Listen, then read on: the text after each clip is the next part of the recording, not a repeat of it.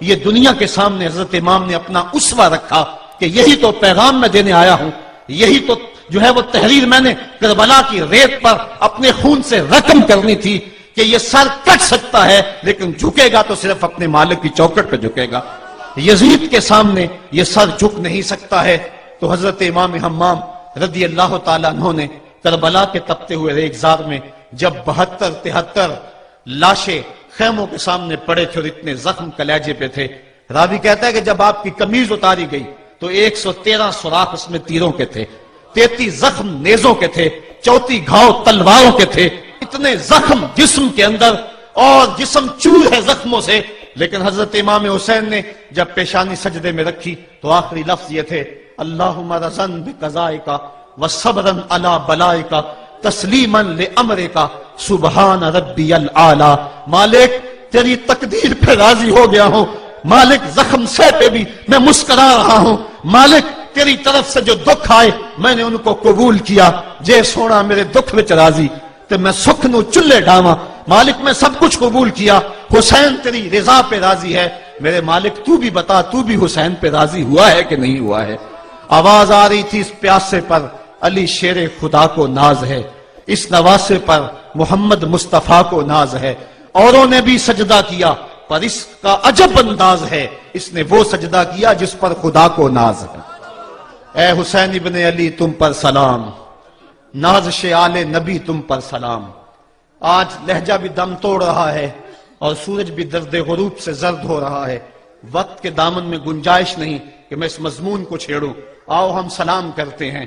یہ سورج سامنے چمک رہا ہے، میں یہاں بیٹھا سوچ رہا تھا کہ ہم نے تو نہیں دیکھا، اے سورج دوپہر کا وہ منظر تم نے تو دیکھا تھا جب کربلا میں حسین کا سر کٹا تھا، جب گھر لٹا تھا، جب خیموں کو آگ لگی تھی، جب سکینہ رو رہی تھی اور جب گھوڑا خالی پلٹا تھا اور سکینہ پوچھتی تھی گھوڑے تو خالی آ گیا ہے، حسین کہاں چھوڑ آیا ہے۔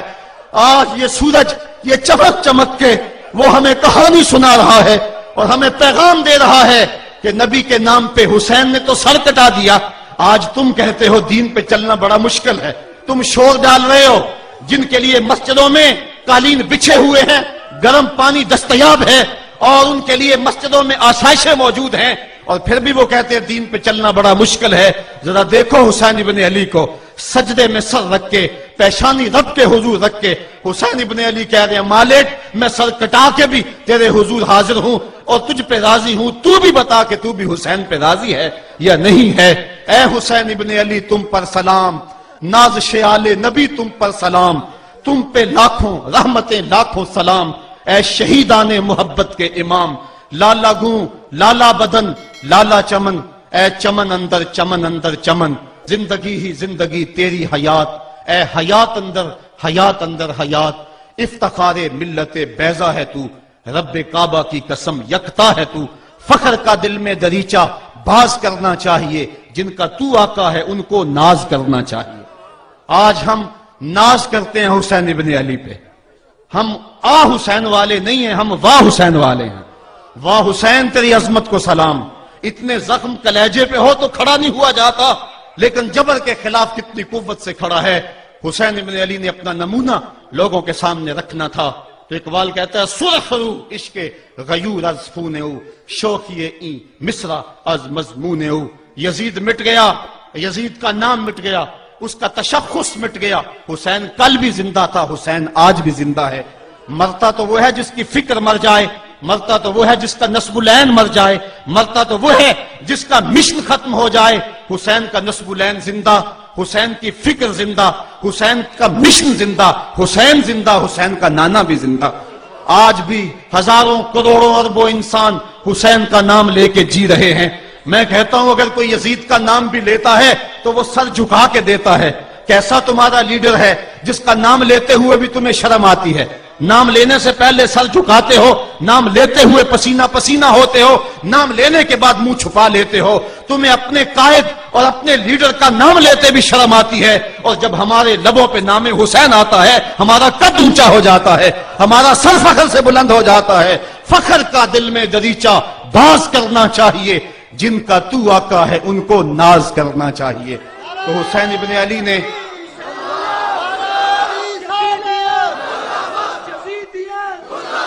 کسی نے کہا تھا کہ یہ دو شہزادوں کی جنگ تھی، تو کسی نے بڑا خوبصورت جواب دیا.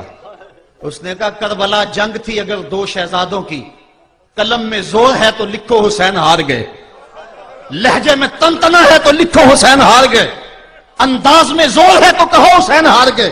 زمانہ کل بھی کہتا تھا، زمانہ آج بھی کہتا ہے، حسین کل بھی جیتا تھا، حسین آج بھی جیتا ہے. جب حضرت امام حسین رضی اللہ تعالیٰ عنہ کا سر انور کاٹ لیا گیا اور خولی بن یزید نے نیزے کی نوک پہ اس کو رکھا، ویسے رخ سر کا زمین کی طرف سے تھا.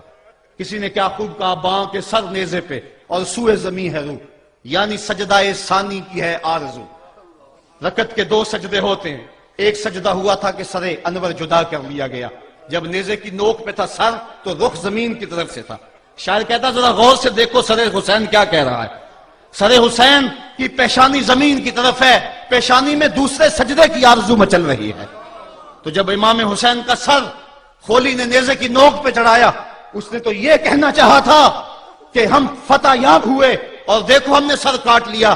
کسی نے کہا ذرا غور سے دیکھو، یہ تو سر کٹ کے بھی سر بلند ہے، یہ سر کٹ گیا پھر بھی سر بلندی نہیں گئی ہے، اس کا بانکپن پھر بھی نہیں گیا ہے. حسین کا سر کل بھی اونچا تھا، حسین کا سر آج بھی اونچا ہے. اس کا نام زندہ، اس کا پیغام زندہ، اس کی فکر زندہ. حضرت امام زین العابدین یہ کربلا کے وہ شخص ہیں جنہوں نے سارا منظر اپنی آنکھوں سے دیکھا تھا. اتنے دکھ کسی کو نہیں پہنچے جتنے زینب اور زین العابدین کو پہنچے ہیں. سب منظر کھلی آنکھوں سے دیکھا. 14 سال کی عمر ہے، بیمار ہیں. تاریخ بتاتی ہے اس کے بعد ساری زندگی حضرت زین العابدین نے ٹھنڈا پانی نہیں پیا. جب پانی پینے لگتے تڑپنے لگتے، کہتے مجھے سکینہ کی پیاس یاد آتی ہے، مجھے علی اصغر کا تڑپنا یاد آتا ہے. ساری زندگی پھر ٹھنڈا پانی نہیں پیا. حضرت امام زین العابدین نے یہ سارا منظر کھلی آنکھوں کے ساتھ دیکھا تھا. اور پھر آپ نے دمشق کے بازاروں میں بھی اور کوفے کی گلیوں کے اندر بھی سروں کا یہ قافلہ اپنی قیادت کے اندر جو ہے وہ گزارا تھا. جب یزید کے دربار کے اندر حضرت امام زین العابدین پہنچے تو یزید نے پہلے تو جو ہے وہ دکھ کا اظہار کیا. بعض لوگ یہاں سے یزید کی بریت کا اعلان کرتے ہیں. یہاں کسی نے بڑی خوبصورت بات کہی کہ قاتل کی پشیمانی مقتول کی اہمیت کو تو بڑھا سکتی ہے لیکن اس کے دامن سے قتل کے داغ کو نہیں دھو سکتی. تو اس نے یہ سب کچھ کیا، یہ بس اس کے ٹسلے تھے جو وہ بہانے لگا. لیکن بعد میں اس نے حضرت امام حسین رضی اللہ تعالی عنہ کے دانتوں کے اوپر جو ہے وہ چھڑی مارنا شروع کر دی. تو حضرت ابو برزہ اسلمی صحابی رسول وہاں موجود تھے، وہ کھڑے ہو گئے، اٹھ گئے، بدن کانپتا ہے ان کا. کہنے لگے ظالم ارفع قدیبہ کا، یہاں اپنی چھڑی ہٹا لے. میں نے اپنی ان آنکھوں سے دیکھا ہے کہ کان رسول اللہ صلی اللہ علیہ وسلم یلسمہ، حضور نے ان ہونٹوں کو خود چوما ہے. تو یہ کہہ کہ آپ دربار سے نکل گئے اور روتے تھے اور آپ کے بدن پہ کپ کی بھی تاری تھی. بعد میں یزید نے کہا حضرت غلطی ہو گئی اور یہ میں نہیں چاہتا تھا، بتائیں آپ کی کوئی شرط ہو. تو آپ نے فرمایا میری 4 باتیں مان لو. ان 4 باتوں میں ایک بات یہ تھی کہ سر حسین اور سر شہیداں ہمارے سپرد کر دو تاکہ ہم کربلا جا کے ان کی تدفین کر سکیں.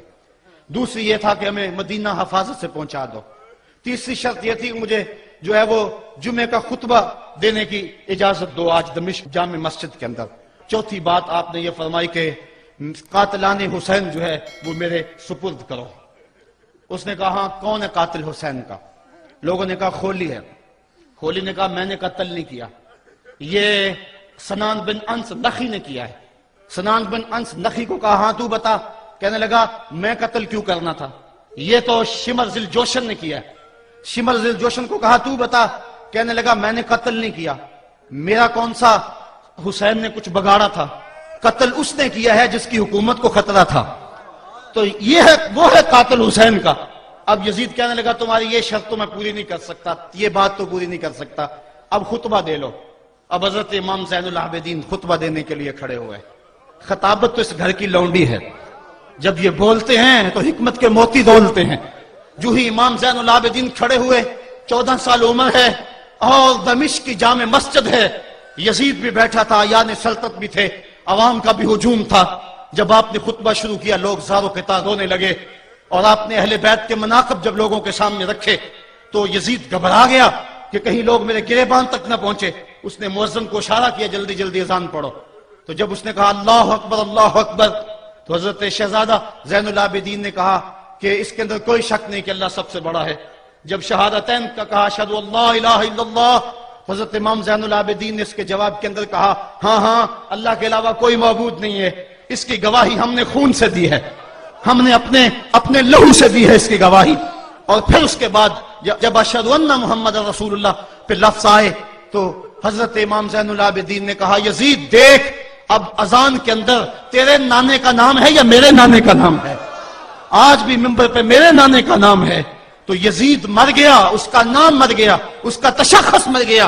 حسین کل بھی زندہ تھا، حسین آج بھی زندہ ہے. حسین کربلا کے تپتے ہوئے ریگزار میں بھی زندہ تھا، کوفے کے بازار میں بھی زندہ تھا، اور دمشق کی جامع مسجد میں بھی زندہ تھا، مدینے میں بھی زندہ، مکے میں بھی زندہ، کابل میں بھی زندہ، کندھار میں بھی زندہ، قلعہ جنگی میں بھی زندہ، تورا بورا میں بھی زندہ، موصل میں بھی زندہ، بغداد میں بھی زندہ، غزہ کی پٹی میں بھی زندہ، فلسطین میں بھی زندہ. آج حسین کی زندگی اور حسین کا باقپن دنیا کو بتا رہا ہے، بش کو بتا رہا ہے تیرے منہ پہ تماچا حسین مارے گا. زمانہ بتائے گا کہ حسین کل بھی زندہ تھا، حسین آج بھی زندہ ہے. حسین کی فکر لے کے اٹھو اور پوری دنیا پہ چھا جاؤ اور زمانے کو بتاؤ کہ ہم حسین ابن علی کے سپاہی ہیں. صرف محرم کے دن آنسو بہا لینے سے کچھ نہیں ہوگا. کیا صرف محرم حسین کا مہینہ ہے؟ نہیں، سب پورا سال حسین کا ہے، پوری زندگی حسین کی ہے، پورے زمانے حسین کے ہیں. یہ صرف عاشور کا دن یا عاشور کی شب ہی حسین کی نہیں، سارے زمانے حسین کے ہیں. کل بھی حسین کا تھا، آج بھی حسین کا ہے، کل بھی حسین کا ہوگا.